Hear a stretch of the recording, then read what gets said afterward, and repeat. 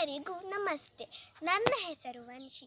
ನಾನೀಗ ನಿಮ್ಮೆಲ್ಲರ ಮುಂದೆ ಒಂದು ಕಥೆಯನ್ನು ಹೇಳಲಿದ್ದೇನೆ. ನಾನು ಹೇಳುವ ಕಥೆಯ ಹೆಸರು ಕೃಷ್ಣ ಮತ್ತು ಕುಚೇಲ. ಹಿಂದಿನ ಕಾಲದಲ್ಲಿ ಶಿಕ್ಷಣವನ್ನು ಆಶ್ರಮದಲ್ಲಿ ನೀಡಲಾಗುತ್ತಿತ್ತು. ಇಂತಹ ಆಶ್ರಮದಲ್ಲಿ ನೂರಾರು ಮಂದಿ ವಿದ್ಯಾರ್ಥಿಗಳು ವಿದ್ಯೆಯನ್ನು ಕಲಿಯುತ್ತಿದ್ದರು. ಅವರಲ್ಲಿ ಗುರುಭಕ್ತಿ, ವಿಧೇಯತೆ ಹಾಗೂ ಕಲಿಯಲು ಆಸಕ್ತಿ ತುಂಬಿ ತುಳುಕುತ್ತಿತ್ತು. ಇವರಲ್ಲಿ ಕೃಷ್ಣ ಮತ್ತು ಕುಚೇಲರೆಂಬ ಗೆಳೆಯರಿದ್ದರು. ಕೃಷ್ಣ ಸಿರಿವಂತ, ಕುಚೇಲ ಬಡವ. ಇಬ್ಬರೂ ಗುಣವಂತರು.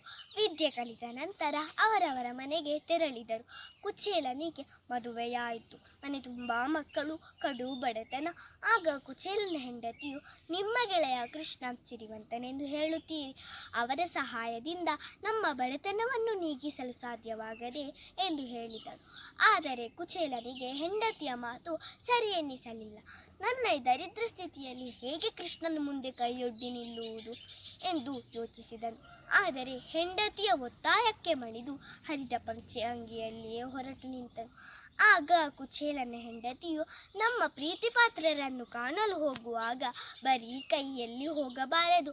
ನಮ್ಮ ಬಳಿ ಇರುವುದು ಒಂದು ಹಿಡಿ ಅವಲಕ್ಕಿ ಮಾತ್ರ. ಇದನ್ನೇ ತೆಗೆದುಕೊಂಡು ಹೋಗಿರಿ ಎಂದು ಹೇಳಿ ಒಂದು ತುಂಡು ಪಂಚೆಯಲ್ಲಿ ಗಂಟು ಹಾಕಿಕೊಟ್ಟಳು. ಕುಚೇಲನು ಖಿನ್ನತೆಯಿಂದ ಕೃಷ್ಣನ ಅರಮನೆಗೆ ಬಂದನು. ಅಲ್ಲಿ ನೋಡುವಾಗ ಕೃಷ್ಣನು ಅಂತಃಪುರದಲ್ಲಿ ತನ್ನ ಮಡದಿ ರುಕ್ಮಿಣಿ ಜೊತೆ ಪಗಡೆಯಾಡುತ್ತಿದ್ದನು. ದೂರದಿದ್ದಲೇ ನೋಡಿದ ಕುಚೇಲನನ್ನು ಕೃಷ್ಣನು ಸರಸರನೆ ಬಂದು ತನ್ನ ಗೆಳೆಯನನ್ನು ಅಪ್ಪೆ ಹಿಡಿದನು. ಆಗ ಕೃಷ್ಣನ ದೃಷ್ಟಿ ಕುಚೇಲನ ಬಳಿ ಇರುವ ಆ ಅವಲಕ್ಕಿಯ ಗಂಟಿನ ಕಡೆ ಹೋಯಿತು.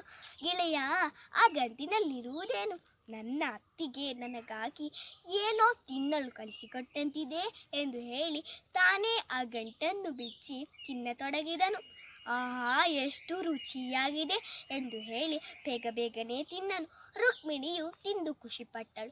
ಗೆಳೆಯನ ಆ ಥರ ಆತಿಥ್ಯದಿಂದ ಮೈಮರೆತ ಕುಚೇಲನಿಗೆ ತಾನು ಬಂದ ಉದ್ದೇಶವೇ ಮರೆತು ಹೋಯಿತು. ರುಕ್ಮಿಣಿ ಮತ್ತು ಕೃಷ್ಣರು ಪ್ರೀತಿಯಿಂದ ಕುಚೇಲನನ್ನು ಸತ್ಕರಿಸಿದರು. ರುಕ್ಮಿಣಿ ಮತ್ತು ಕೃಷ್ಣರಿಂದ ಬೀಳ್ಕೊಂಡ ಕುಚೇಲನು ಊರಿಗೆ ಬಂದನು. ಆದರೆ ಕೃಷ್ಣನಿಗೆ ತನ್ನ ಗೆಳೆಯ ಬಂದಿದ್ದರ ಉದ್ದೇಶ ಮೊದಲೇ ತಿಳಿದಿತ್ತು. ಕುಚೇಲನು ಮನೆಗೆ ತಲುಪುವಾಗ ಅಂದವಾದ ಮನೆಯಲ್ಲಿ ಹೆಂಡತಿಯೋ ಮಕ್ಕಳು ಖುಷಿಯಲ್ಲಿರುವುದನ್ನು ನೋಡಿ ಕುಚೇಲನು ಆಶ್ಚರ್ಯಪಟ್ಟನು. ನಿಜ ಸಂಗತಿ ತಿಳಿದ ಕುಚೇಲನು, ಕೃಷ್ಣ, ನೀನು ಸಿರಿವಂತ, ಗುಣವಂತ, ಕರುಣಾಮಯಿ ಎಂದು ಕೃಷ್ಣನನ್ನು ಸ್ಮರಿಸಿದನು. ಈ ಕಥೆಯ ನೀತಿ, ಸಿರಿತನಕ್ಕಿಂತಲೂ ಗೆಳೆತನವೇ ಮೇಲು. ನನ್ನ ಕಥೆಯನ್ನು ಆಲಿಸಿದ ನಿಮಗೆಲ್ಲರಿಗೂ ವಂದನೆಗಳು.